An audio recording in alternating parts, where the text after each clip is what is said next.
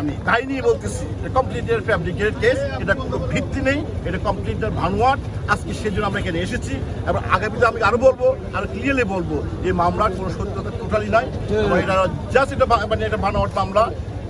একটা বরণীয় সাংবাদিক Shafiq Rehman 90 years old, এই লোকটাকে আমার সাথে জড়াইছে।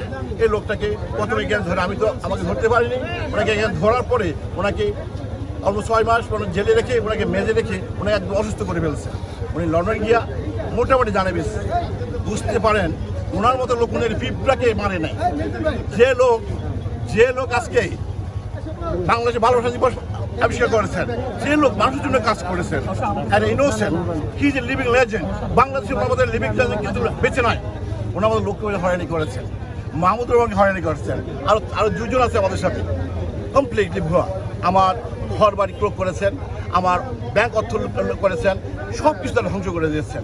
এটা আজকে আমি ধন্যবাদ জানাচ্ছি। ছাত্ররা নেমেছে মাঠে, ওদেরকে আমি সেলিউট জানাই।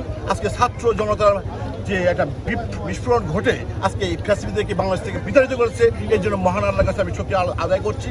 আর আমার যে বক্তব্যটুকু যে আপনারা দেশবাসীর কাছে বুঝে দেবেন যে এটা প্রহসনের একটা মামলা ছিল, যে মামলা কোনো ভিত্তি নাই, সে এভাবে করে কিন্তু প্রত্যেকটা মানুষকে এই নাটকীয় মামলা সাজা মানুষকে ঘর বাড়ি থেকে করছে। সুতরাং আমি দীক্ষাটা জানাচ্ছি।